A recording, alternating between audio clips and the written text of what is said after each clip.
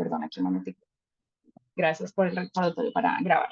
Bueno, primero empezaremos con María Ruiz desde el Laboratorio Global de Innovación para Financiamiento Climático. Va a estar seguida su charla de Scobie McKay de Imperative, quien nos va a dar la perspectiva de un inversionista en qué es lo que ellos buscan en los proyectos climáticos. Tendremos un espacio para preguntas y respuestas. Esto seguirá después Susana Vélez desde Berra y nos va a contar sobre las certificaciones de calidad para acceder a la financiación desde el sector privado. Y finalmente cerraremos con Carlos Rueda de la Fundación Earthone. Y también tenemos a un súper especial invitado que es el Ministerio de Agricultura y Riego, el señor Alfredo Bravo, que nos hará el cierre del evento. Bueno, entonces, como ya comentamos el tema de traducción, no olviden que en los iconos de abajo pueden encontrar las preguntas, el Q&A, donde pueden también dejar sus preguntas y los panelistas pueden empezar a contestarles, y también la interpretación y el chat. Entonces, muy rápidamente presento a María. María es la líder de América Latina y el Caribe del Laboratorio Global de Innovación para Financiamiento Climático.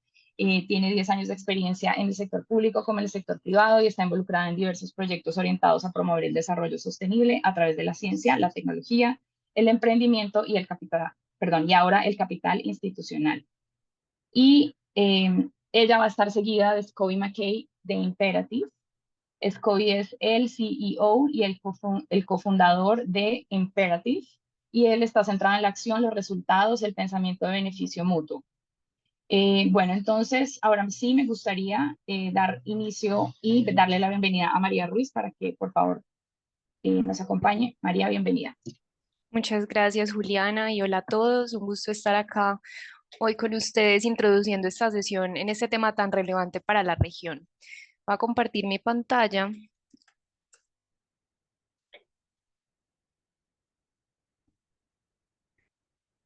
Y ya la deben estar viendo, ¿correcto? Sí. Perfecto, muchas gracias.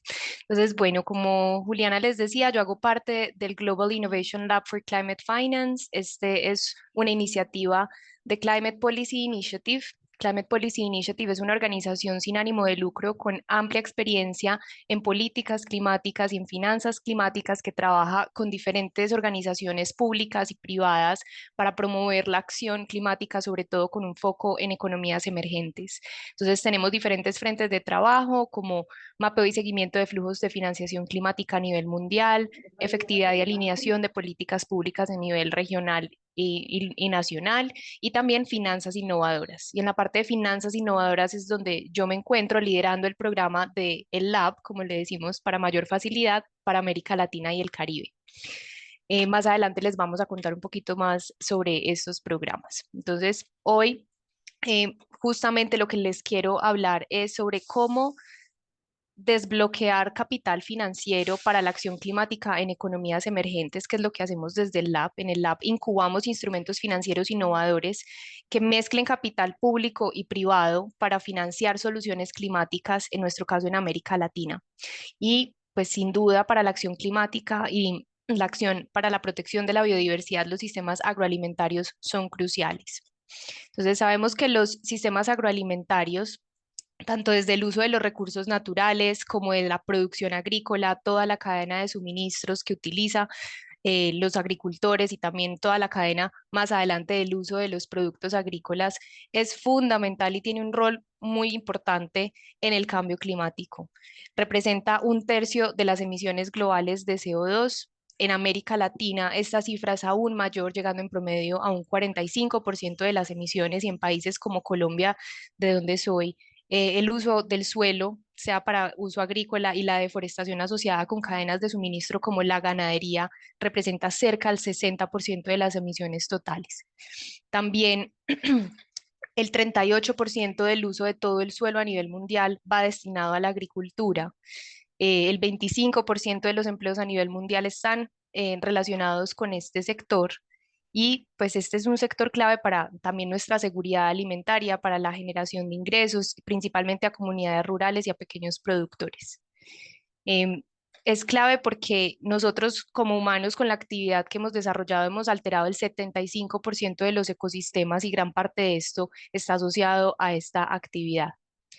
Sin embargo, Necesitamos transformar este sector, necesitamos crear prácticas más sostenibles, pasar de la agroindustria a prácticas más regenerativas, más sostenibles, que busquen la salud del suelo, la salud de los ecosistemas y también la prosperidad de estos pequeños productores en zonas rurales, pero hay una brecha significativa de financiación hacia el sector en general, para el desarrollo del sector.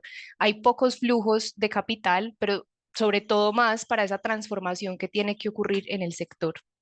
Nosotros desde Climate Policy Initiative les decía que sacamos unos análisis de un mapeo de los flujos de financiación climática a nivel mundial, se llama Global Landscape of Climate Finance. El año pasado también publicamos por primera vez un mapeo específicamente del sistema agroalimentario y eso es lo que nos muestra.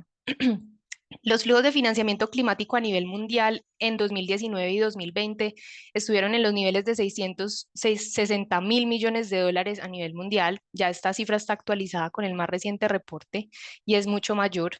Pero de todo esto, solo 28.000 millones fueron destinados al sistema agroalimentario. La mayoría de la financiación climática está concentrada en el sector de energía. Es decir, que solo el 4% de todos los flujos viene al sector agroalimentario. Y de esos 18.000 millones de dólares, solo 5.5 están dirigidos a pequeños y medianos productores. Eso es un 0.7% de toda la financiación climática mundial. Eso es significativamente bajo, especialmente cuando se contrasta con las necesidades de financiamiento de este sector. Hay diferentes escenarios que utilizan diferentes supuestos, solo el uso de la tierra o todas las cadenas de abastecimiento asociadas con los sistemas agroalimentarios, pero lo que vemos es que incluso en el escenario más conservador, tenemos que multiplicar los flujos de inversión actuales por 7 en los siguientes 5 años y medio. Eso es bastante ambicioso. Y en escenarios más ambiciosos, lo que nos muestra es un escenario todavía peor. Tenemos que multiplicar esta financiación actual por 40 veces. Es un reto significativo que tenemos. Y esta misma tendencia se observa en América Latina, una región que además es estratégica para el agro por toda la riqueza en capital natural, que nos posiciona como una región que puede ofrecer soluciones climáticas y biodiversidad a nivel internacional y que también tiene de sobra la capacidad de abastecer alimentariamente a nuestra gente. De toda la financiación global de los sistemas agroalimentarios, o sea, de los 28.000 millones de dólares que les acabo de contar, solo 2.300, 2.3 billion llegan a la región, es decir, un 8% de toda la región, de toda la financiación global, perdón. Esto lo que muestra es que hay una disparidad entre el potencial y la riqueza natural que tiene América Latina y el Caribe versus los flujos que está recibiendo para la transformación climática, específicamente del sector agro. Lo que vemos es que estos flujos vienen de Europa principalmente, Europa occidental y también de la misma región. Nosotros invertimos en el agro de nuestra propia región y que mayoritariamente de los 2.3 billion, 2 billion viene del sector público, es decir, de gobiernos propios nuestros, nacionales y subnacionales y regionales, pero también de fondos multilaterales, recursos de cooperación internacional y fondos extranjeros gubernamentales. Hay una brecha significativa mucho más acentuada desde el sector privado. Entonces, lo que esto muestra es que nosotros como región representamos el 16% de las emisiones globales desde el sector agroalimentario, pero recibimos el 8% de la financiación. Y que ya lo que veíamos anteriormente es que los pequeños productores, que en el caso de América Latina representan más del 63% de la región, de las zonas agrícolas, pues reciben mucho más poquito. Entonces ahí hay algo que sin duda tenemos que abordar. Nuestra región se caracteriza por tener un sector agrícola de baja productividad, de falta de acceso a financiación por múltiples razones, por falta de conocimiento del sector bancario de este sector, porque tiene un perfil de riesgo mucho mayor, porque hay una desconfianza para que los agricultores accedan a productos bancarios, nunca lo han hecho, no es parte de la cultura de cierta resistencia. Y para darles otra cifra, en Perú particularmente, solo el 10% de todos los productores agrícolas tiene acceso a productos bancarios. y esos 10% usualmente están relacionados con grandes empresas agrícolas, no con pequeños productores. Entonces, la conclusión hasta ahora con los que les acabo de mostrar es que el sector agroalimentario es clave para la acción climática y de biodiversidad, que la región de América Latina tiene un rol estratégico y que puede aprovechar y dar muchas soluciones para estas crisis, pero que también hay una brecha de financiación muy significativa que se acentúa más en la región y se acentúa más en los pequeños y medianos productores. Esto quiere decir que nosotros tenemos que hacer algo diferente, tenemos que innovar en las prácticas y soluciones que nos estamos inventando para el cambio climático. También tenemos que innovar desde las políticas públicas y tenemos que innovar desde los instrumentos financieros que estamos diseñando para canalizar recursos efectivamente hacia la transición, hacia prácticas de agricultura regenerativa y sostenible. Y eso es justamente lo que les decía que nosotros desde CPI con los diferentes programas apoyamos y ayudamos a desarrollar. En el Lab incubamos instrumentos financieros innovadores, les damos apoyo técnico y una conexión con inversionistas a nivel internacional para hacerlos viables. Estos instrumentos usualmente tienen características que buscan apalancar recursos públicos para levantar más capital privado. Y el año pasado lanzamos el programa de América Latina y el Caribe. Y lo que nosotros buscamos hacer es aportar a algunas de las acciones que podemos tomar para promover esta transición. Por una parte, tenemos que crear condiciones habilitantes y capacidades locales para hacer esa transición a esas prácticas de agro sostenible. Es decir, tenemos que enseñar, entender cuáles son esas prácticas y aterrizarlas a las realidades locales y generar esas capacidades en los pequeños agricultores. Segundo, tenemos que crear incentivos para que los agricultores sí hagan esta transición. Tenemos que, por ejemplo, modificar los subsidios que hoy están apoyando prácticas perjudiciales, como en el Perú también lo vemos que hay grandes subsidios para compra de fertilizantes, por ejemplo, que son prácticas que están deteriorando a la vez el suelo y que están dañando la resiliencia de los ecosistemas y nos hacen más vulnerables a los efectos del cambio climático. Y tenemos que cambiar esos subsidios hacia prácticas más sostenibles. Tenemos que hacerlo fácil y como la primera opción para los agricultores. Y por último, también tenemos que promover estructuras de lo que se conoce como financiación mixta o blended finance para hacer un uso más estratégico de los recursos, porque hoy están bastante fragmentados y son muy poquitos como ya veíamos. Entonces, ¿cómo hacemos un uso más inteligente de recursos de gobierno, que son los que están fluyendo efectivamente, para que no se utilicen solo como capital no reembolsable, sino que se utilicen como un mecanismo para atraer al sector privado?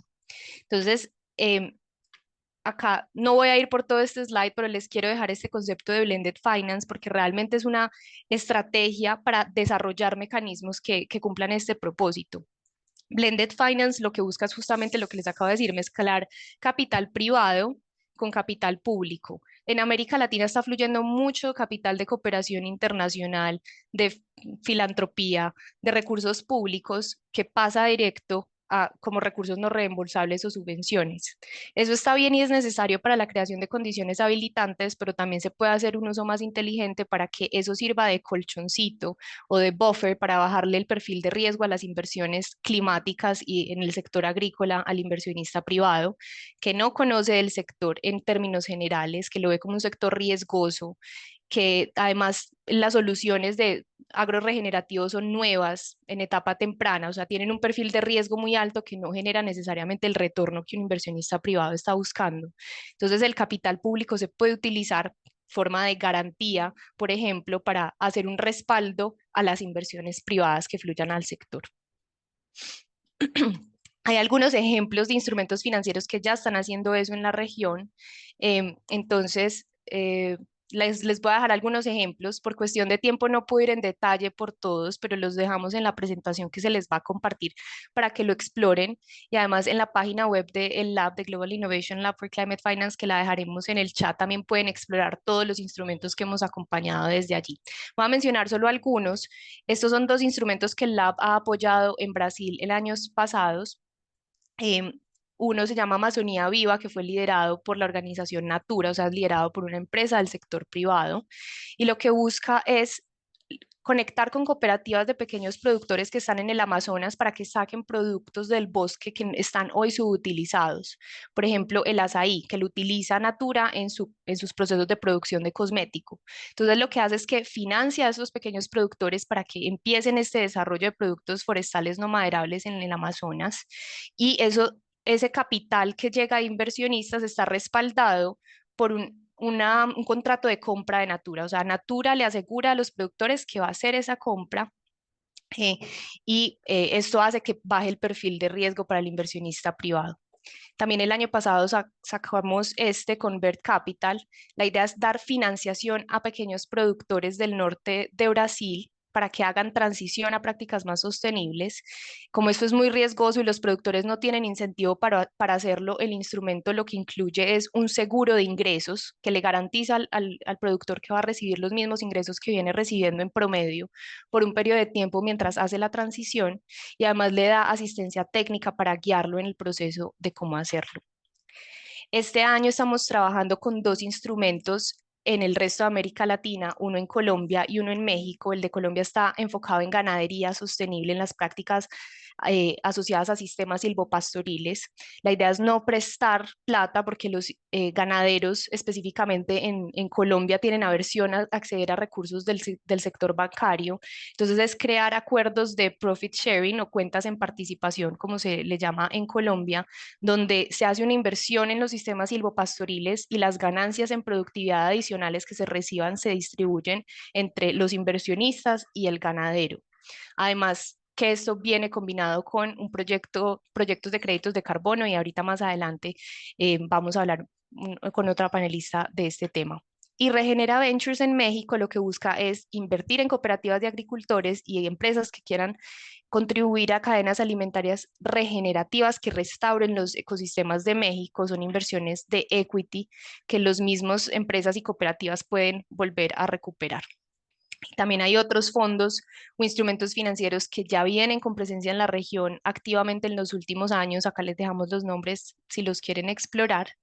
Pero ya para cerrar, lo que quisiera decir es que los invitamos a conocer más sobre el CPI, sobre nuestros programas, en particular el Lab, el Global Innovation Lab for Climate Finance, porque es una alternativa para darles apoyo a ustedes o a las organizaciones que quieran sacar este tipo de instrumentos. Este es un paso muy rápido, pero como les digo, les vamos a dejar la presentación, les vamos a dejar links donde pueden explorar más sobre estos instrumentos, y también les dejamos acá nuestros datos, mi correo y el correo de un colega de nuestro equipo, Guillermo Martínez. Nos pueden contactar si tienen dudas o están interesados en conocer más. Muchas gracias.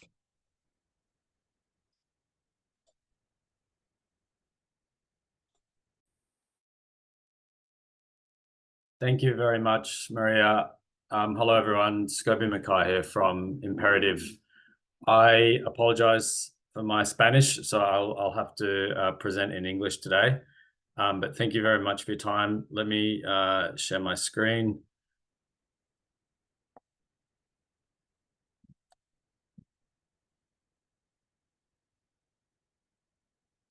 So picking up on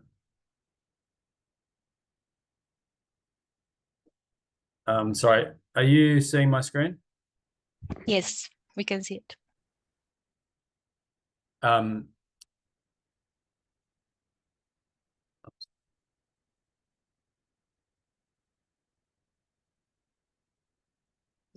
¿Nos escuchas? ¿Todo bien? Yeah, so I'm just making sure I'm showing the right screen here. Oh.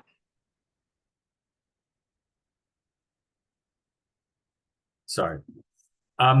Picking up on what Maria was saying, we are a international carbon project developer, and we are deploying capital, private sector capital, into projects in emerging markets. And so maybe it's a good transition from the topics that Maria was just addressing. What I'll talk about a little bit is what private sector capital investors are looking for in sustainable agriculture and livestock climate projects. So maybe just to start with a little very brief background on the carbon markets. I'm going to skip through this. I'm conscious of time. So for people that are not maybe familiar with the carbon markets, the International Voluntary Carbon Market involves the production and sale of carbon credits. which can be thought about as negative tons of carbon. These carbon tons are typically, a lot of them are produced in emerging markets in the global south, and they are sold to high emitting companies and governments in the global north. This market has been around now for about 20 years. It's about a $2 billion global market, the international voluntary market at the moment, but it's expected to grow more than 100 times between now and 2050. The important thing for this audience is that sustainable agriculture and livestock climate projects can be projects that can generate carbon credits. They can be rolled into those activities can be rolled into carbon credit projects in a number of ways. And this slide shows some of those.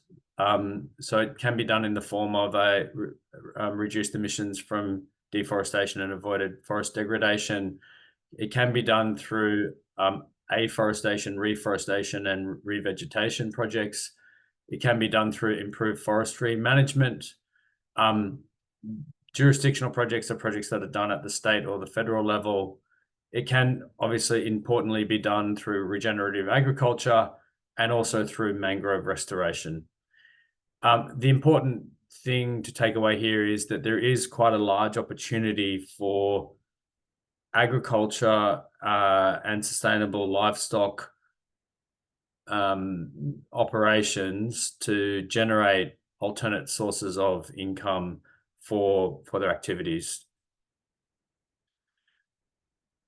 Historically, the market has been limited in size, and the amount of private capital for the market has been limited for a number of reasons. Firstly, the market has historically been quite a small market, and so the projects have not been of a size that is genuinely attractive to institutional private capital. The second, and maybe the most important issue that has impeded action in investment in this market is quality. And that's something I'll come back to in a few minutes. But when we think about these sorts of projects, it's critical to have a very sharp focus on quality and how the activities on the ground can be done to a level of quality that will satisfy international private sector investors. And then bankability is really about creating the structures, transparency, reporting, and behaviors around the management of these projects that give international investors the comfort they need to put large amounts of private sector capital to work. So I'll go through these quite quickly. The point is that there is not one single thing that international investors are looking for. They are looking for a number of different qualities in projects that they might think about financing. And so we'll go through these in a little bit more detail, but the financiers do need legal and contractual certainty. So project design around the contracting structure is very important. They need certainty that the contracts are going to be valid and enforceable. Investors will need to see economic sustainability and permanence, meaning that they believe that the project will be there for at least 40 years, according to the new quality frameworks that are in the market. They need veracity of claims and outcomes, meaning that it's very, very important for investors to have confidence that their reputation as a buyer or a financier of a project won't expose them will be protected because the claims that are being made around the project are true. They need to see ecological integrity and sustainability, so ensure that the project is having a net positive climate benefit and is not having unintended negative consequences on the environment. They do need high risk-adjusted returns, and in this current market environment, it's important to remember that there are high returns available for investors in in places like the US. And so in order to attract capital to these projects in markets like Peru, we really need to be able to show that the risk-adjusted returns are attractive for investors. And then, and this is important for local stakeholders in Peru, investors are also in this market very sensitive to ensuring that there's transparent and fair stakeholder engagement and benefit sharing. So coming to these in a little bit more detail, the level of contractual certainty that most institutional investors are used to seeing is very high. Historically, a lot of these projects were funded through philanthropic or donor capital. As we transition to a more private sector funded market, the expectation for investors around contractual certainty, contractual clarity, and contractual enforceability are much, much higher. And it is something that all the actors in and around these projects need to be aware of and contribute to. It's vitally important that we have clear, enforceable, understandable contracts. Security of land tenure is another very important one. Most investors looking in these projects don't want to own the land, but they do want to make sure that they have strong registrable entitlement to control what is happening on the land. And when we mean control, we're not talking about controlling directly the farm, for example, but we are talking about making sure that if a portion of the land is designated for conservation or a portion of the land is designated for specific sustainable agricultural activities, there needs to be a long-term entitlement or right that can be registered over the property that notes those agreements. And working through that in a local legal context is an important consideration. I've already mentioned the enforceability of contracts, so we'll move on from that.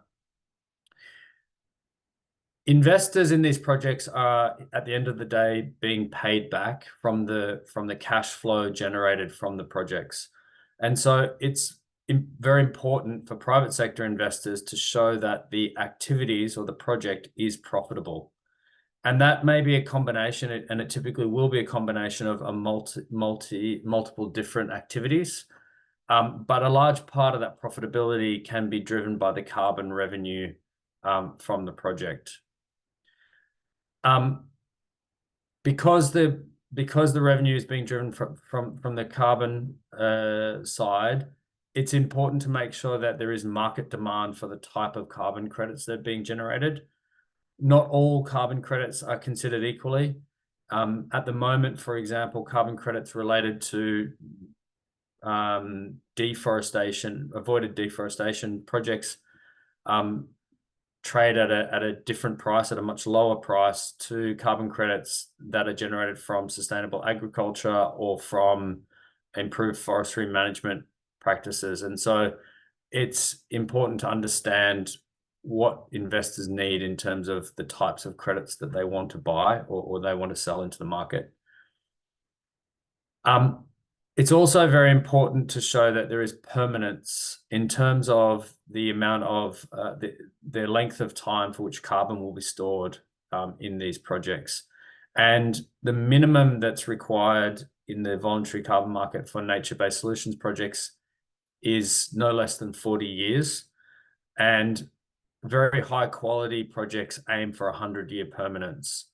So this means that there needs to be a multi-generational commitment to designing these projects in a way that it's going to be that's going to work over the long term.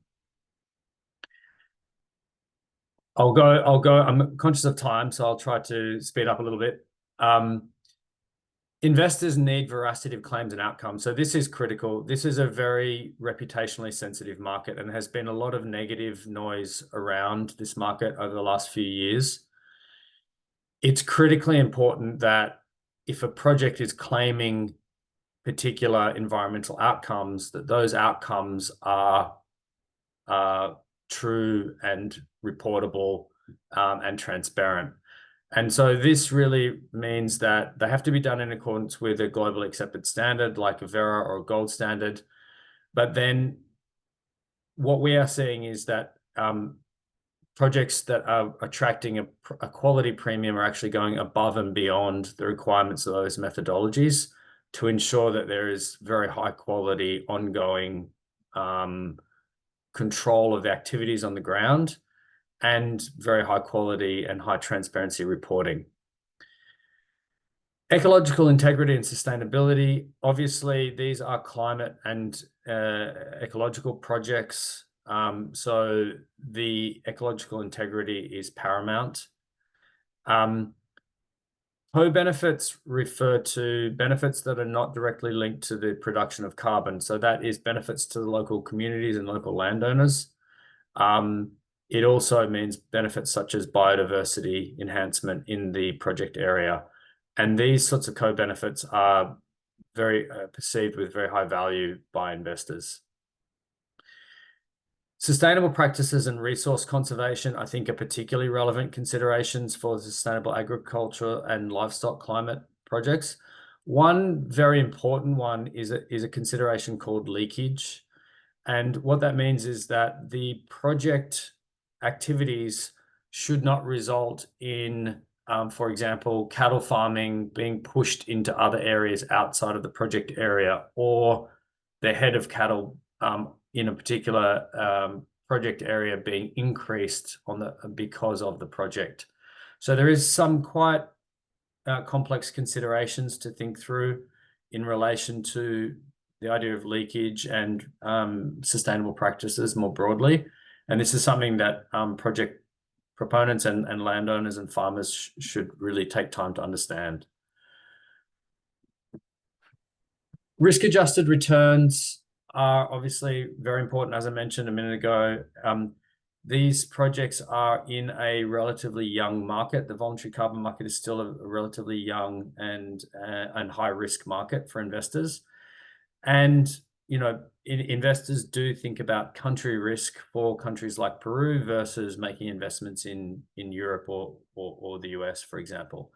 And so when we're having conversations around returns allocations between landowners, farmers, project developers, and foreign investors, it's important to remember that, you know, if we don't collectively make these projects attractive to investors, the capital will not flow in from the private sector. Financial stability and risk management are critical, and this is where a really mature and sophisticated approach to project risk management needs to be applied. And this really requires good teamwork between investors, project developers, landowners, and farmers to make sure that risks are being identified and managed in the project area. Lastly, and this is something that is in the favor, I think, of local stakeholders in Peru, most investors in this space do have some form of impact or mission alignment, and they want to see benefits flowing back to the local communities. The carbon standards require free, prior, informed consent and stakeholder engagement in terms of the design and the management of the projects. And it's critical, I think, that local stakeholders insist that these projects result in a transparent benefit sharing mechanism that flows benefits back to the local communities, and also in education, training, and knowledge transfer, so that there is a growing body of knowledge. And I know a lot of the people on this webinar are highly involved in that sort of process in Peru. Lastly, I think it's worth just mentioning very briefly the ratings agencies that are active in the carbon market. These agencies, Silvera is one, BeZero is another. There are others out there. They do have publicly available ratings methodologies that can be people can use to educate themselves on. These ratings agencies are becoming increasingly more important, and they are looking at not just the integrity of the carbon credits that are being produced from these projects, but also other things like permanence, project execution risk, biodiversity and co-benefit claims, etc. This is a good way to think about how investors are looking at the market. These considerations have been designed by the ratings agencies to respond to investor and buyer concerns.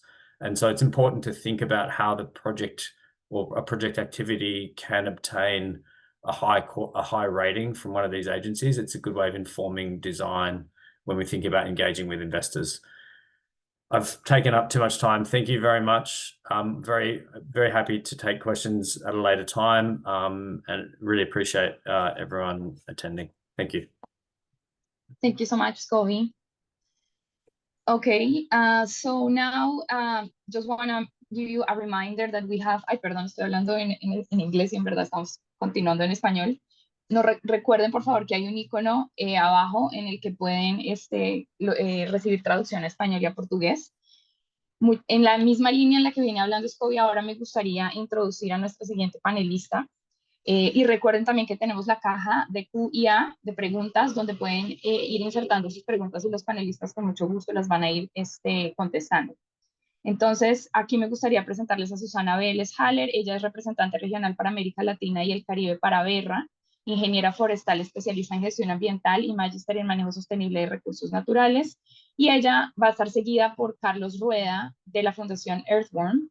Carlos Rueda es el gerente regional de paisajes LATAM para la Fundación, ingeniero forestal con maestría en gestión ambiental con énfasis en conservación y manejo de recursos naturales de la Universidad de Queensland, Australia. Entonces, ahora sí me gustaría darle la bienvenida a Susana. Susana, bienvenida. ¿Cómo estás? Hola Juliana, buenos días. Muchísimas gracias por la invitación. Voy a empezar a compartir mi pantalla pues para hacer la presentación del día de hoy. ¿Me confirmas, por favor, si están viendo ya en presentación? Sí. Estamos, ¿verdad? Sí, ya la vemos. Perfecto. Sí, ya la vemos. Muchísimas gracias. Bueno, como les decía Juliana, mi nombre es Susana Vélez y trabajo para Verra. Quiero contarles un poco quiénes somos. Verra es una organización sin ánimo de lucro que maneja diferentes programas de certificación enfocados al sector ambiental, buscando llevar financiación a diferentes sectores, específicamente a lo que nosotros llamamos los sectores AFOLU o agrícola, forestal y de otros usos del suelo. Es importante para nosotros que ustedes sepan que en Verra iniciamos nuestro trayecto en el 2007 con temas de mercados de carbono, que ya les estaban contando un poco sobre cómo funcionan estos mercados, y desde el 2007 tenemos varios estándares que vienen trabajando pues para generar lo que son unidades transables que permiten traer financiación adicional para este sector. Los programas que manejamos está el Verified Carbon Standard, que Scotty nos está hablando de los mercados de carbono, se enfoca en proyectos individuales. Tenemos otro estándar que es el Red Jurisdiccional y Anidado, el JNR, que se enfoca a programas de gobierno. Y tenemos unos programas que se enfocan a los beneficios múltiples que tienen este tipo de proyectos. Dentro de estos tenemos el estándar de clima, comunidad y biodiversidad y el estándar de VISTA o el Sustainable Development Verified Impact Standard. Adicionalmente, estamos trabajando con un estándar nuevo que crea créditos de plástico, algo similar a los créditos de carbono, y esperamos pues, que este sea un mercado interesante, especialmente para la industria que trabaja con el sector de plásticos. Para hacer un recorrido sobre estos estándares y sobre las unidades transables que ellos recogen, quiero presentarles primero el Verified Carbon Standard, el VCS, que es uno de los estándares para mercados voluntarios de carbono más utilizado en el mundo, y ustedes en Perú tienen bastantes proyectos relacionados con este estándar. Este estándar impulsa la financiación de actividades que reducen y eliminan emisiones de gases de efecto invernadero, mejorando los modos de vida y protegiendo la naturaleza principalmente. En Verra hemos hecho un énfasis especial para que nuestro programa VCS se enfoque en los temas de usos del suelo, porque consideramos que las soluciones basadas en naturaleza, incluyendo el sector agrícola y pecuario, son una de las herramientas más valiosas que tenemos para la lucha contra el cambio climático.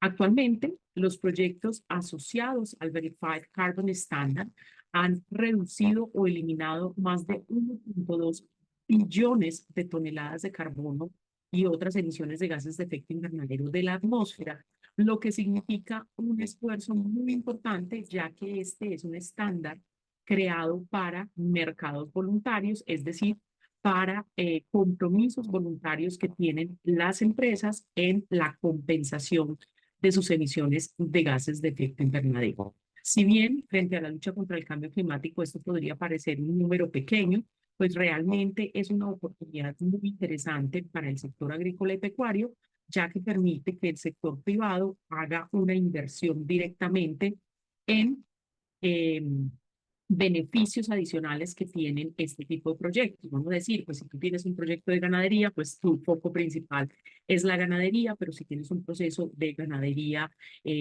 o silvicultura, ganadería asociada a silvicultura, pues puedes además de los ingresos por ganadería, obtener ingresos por la generación y venta de créditos de carbono. Es importante que sepan que este es un estándar internacional, por lo cual tenemos presencia en más de 95 países, es decir, tenemos proyectos certificados en más de 95 países y actualmente tenemos más de 2.100 proyectos en nuestro registro. Eso quiere decir que estos proyectos o ya están generando créditos de carbono o están a puertas de generar créditos de carbono. Otro de los estándares y el que se asocia normalmente a el Verified Carbon Standard es el CCB o el estándar de clima, comunidad y biodiversidad. Este es un estándar que fue pensado para los proyectos de uso del suelo, específicamente los proyectos de forestación, reforestación, red más, agricultura, ganadería sostenible. Y este estándar lo que hace es que nos certifica los avances que tenemos hacia beneficios para el clima, por ejemplo, temas de adaptación al cambio climático, protección de las comunidades, por ejemplo, protección de los modos de vida y la cultura, y protección de la biodiversidad. Es muy común encontrar proyectos de estos que protegen grandes especies insignia como el jaguar. Para poder implementar este tipo de proyectos, es importante que el desarrollador del proyecto o quien va a hacer la certificación tenga un conocimiento claro de la zona del proyecto, de cuáles son esos factores de cambio que su proyecto va a incluir. Vamos a decir, tenemos un proyecto de ganadería, entonces vamos a tener un proceso de adaptación al cambio climático o vamos a tener un proceso de ganadería sostenible que nos va a permitir mejorar los modos de vida y los ingresos de las comunidades asociadas a este proyecto. Para poder hacer una certificación bajo las normas del CCB, los proyectos deben establecer qué objetivos van a buscar y qué impactos van a generar en cada una de estas áreas. ¿Por qué es importante una certificación de este tipo de proyectos? Porque cuando un inversionista quiere saber cuál es el impacto real de un proyecto, más allá de las actividades normales de un proyecto, la certificación permite tener esa claridad, esa transparencia y esa seguridad al momento de hacer las inversiones. Estos proyectos de clima, comunidad y biodiversidad, junto con los créditos de carbono verificados bajo el Verified Carbon Standard, han presentado en el mercado unos precios diferenciados y unos precios más altos, ya que certifican beneficios múltiples.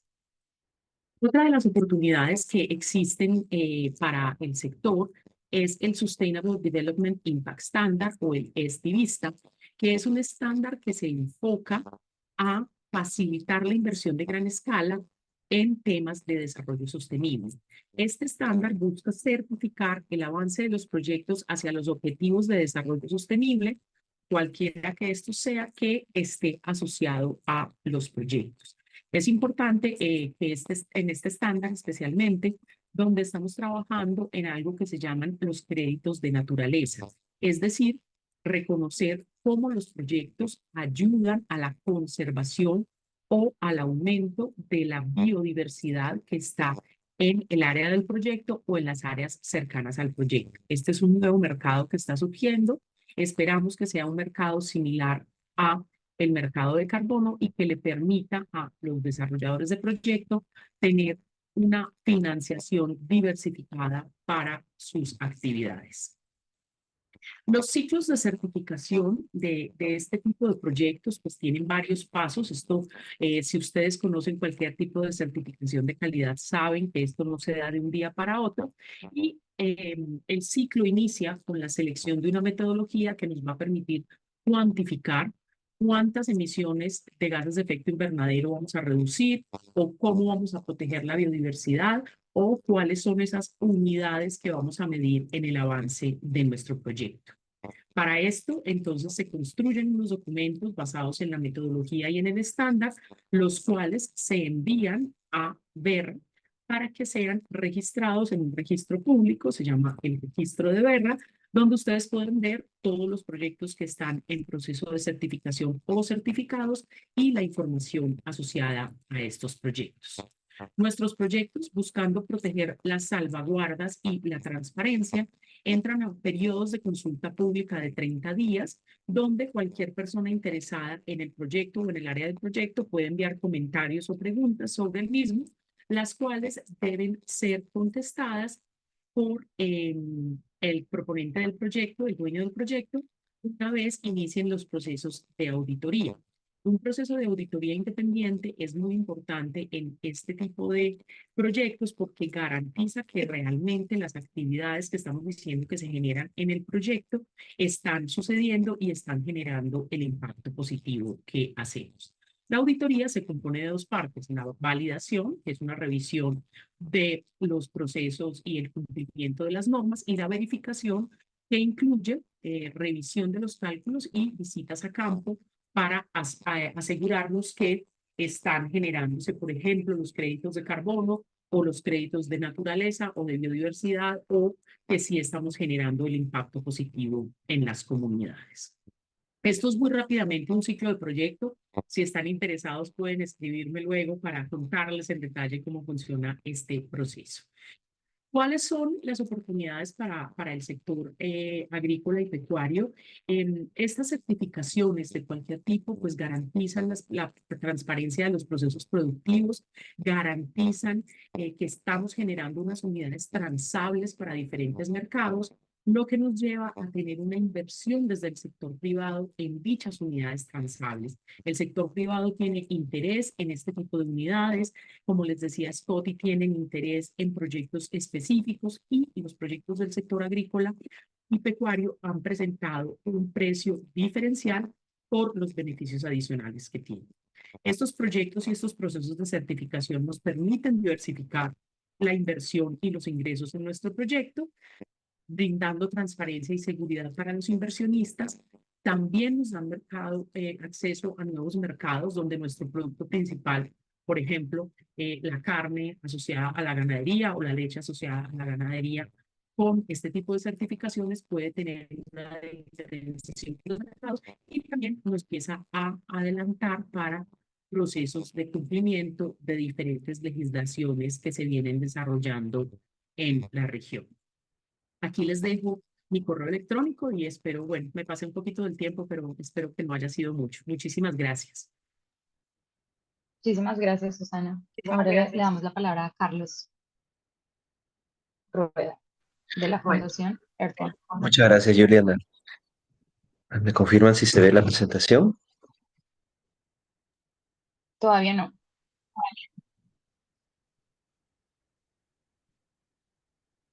Ya está iniciado. Sí, ahí. Ahora sí. Ahora sí. Ya, perfecto.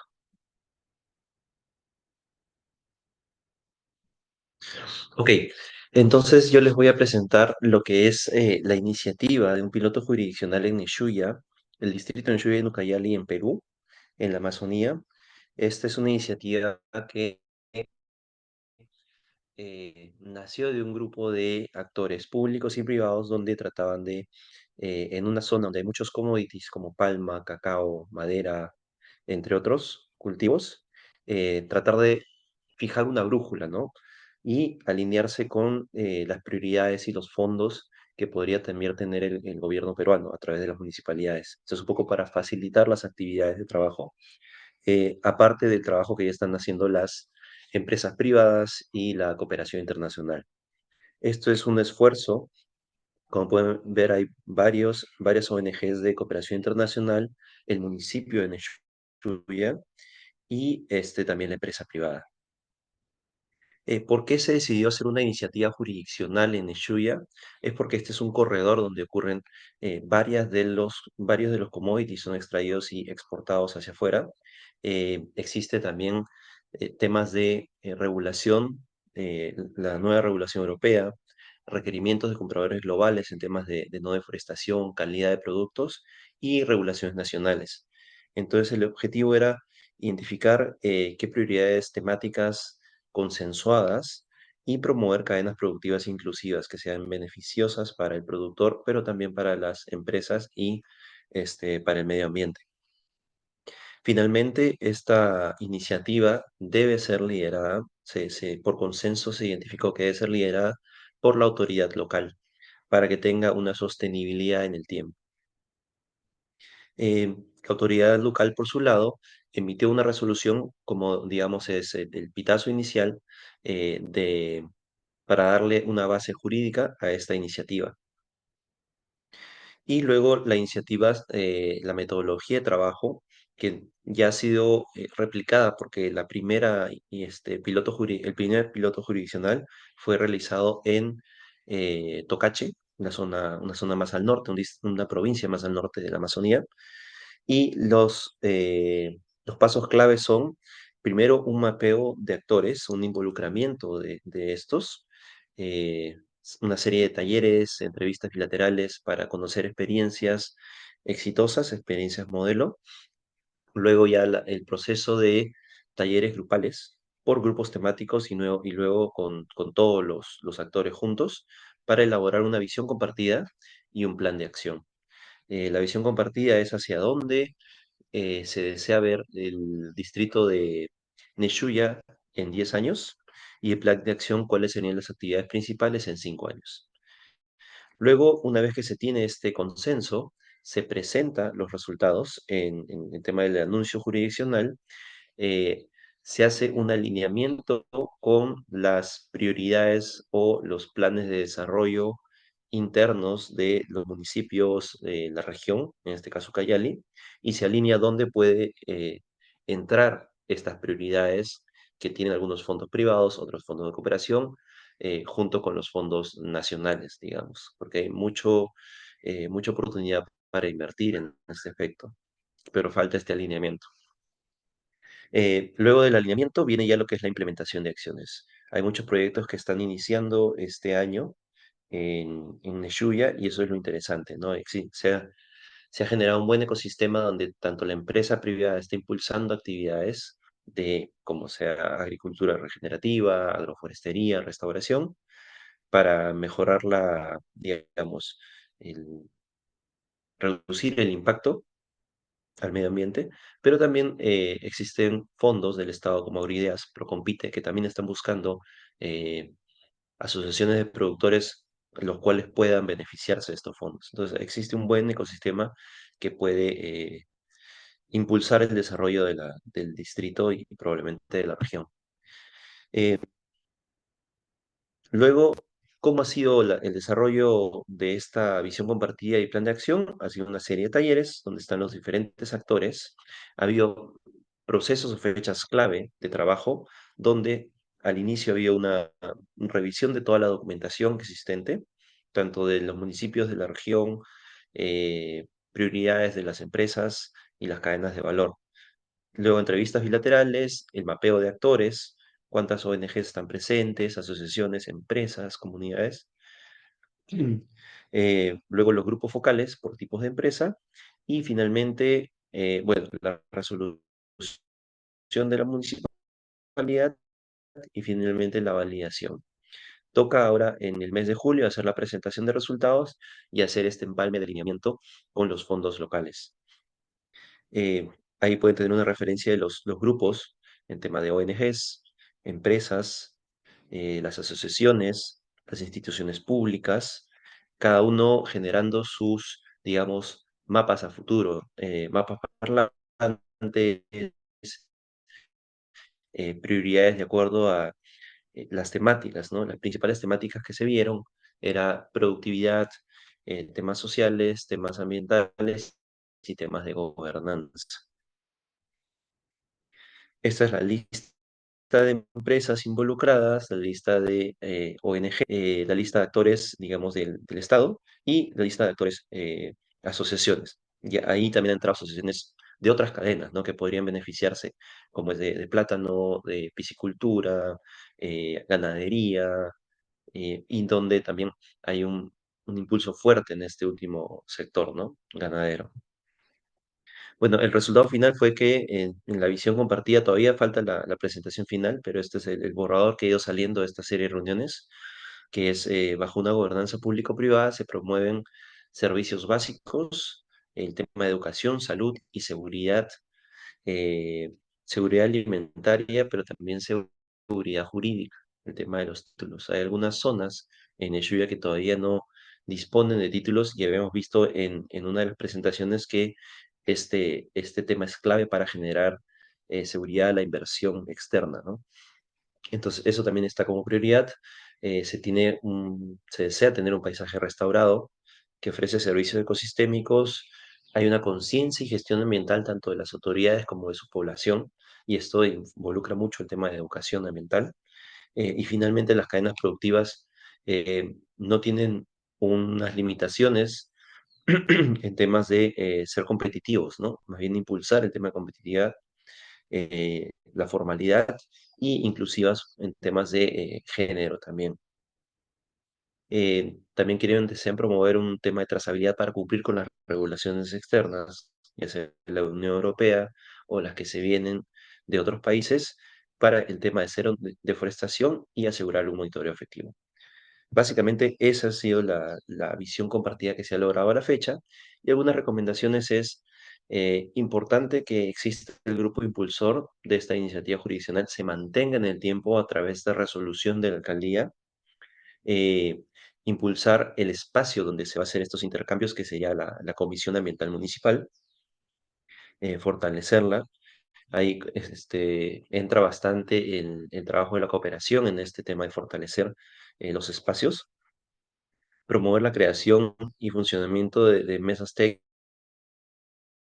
técnicas o grupo de trabajo específicos, ¿no? Porque hay temas para palma muy específicos en temas de certificación RCPO, para cacao en temas de producción orgánica. Entonces, que se creen también estos espacios de intercambio entre empresas, entre actores técnicos y actores locales para poder, digamos, compartir información y que sea beneficioso para todos. Finalmente, el tema de los fondos. Buscar alianzas y fondos estratégicos para promover las cadenas productivas sostenibles. Y esto va a depender también de los fondos que se identifiquen, tanto del Estado como fondos de cooperación, como fondos internos de las mismas cadenas de valor. Bueno, esta es una publicación que ya se ha hecho. Existe un espacio que se llama la Coalición por una Producción Sostenible. Es una coalición público-privada que impulsa este trabajo en diferentes distritos, diferentes regiones del país. Eso sería la experiencia, digamos, en Ushuaia, y les deseamos cualquier pregunta, nos pueden hacer las consultas. Muchas gracias. Ay, muchísimas gracias, Carlos. Qué linda iniciativa. Realmente me encanta todas las presentaciones. Muchísimas gracias a todos nuestros distinguidos panelistas, a María Escobi, Susana y Carlos. Antes de que nos vayamos, ya sé que estamos un poquito pasados de tiempo, pero dos cositas súper importantes. La primera es, les agradecemos por favor completar la encuesta evaluando este webinario.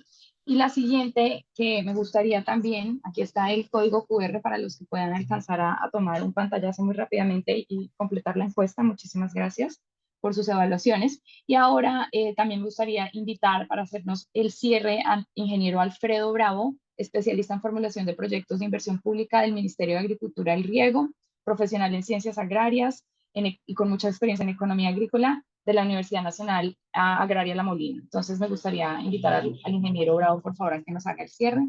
Muchísimas gracias, ingeniero.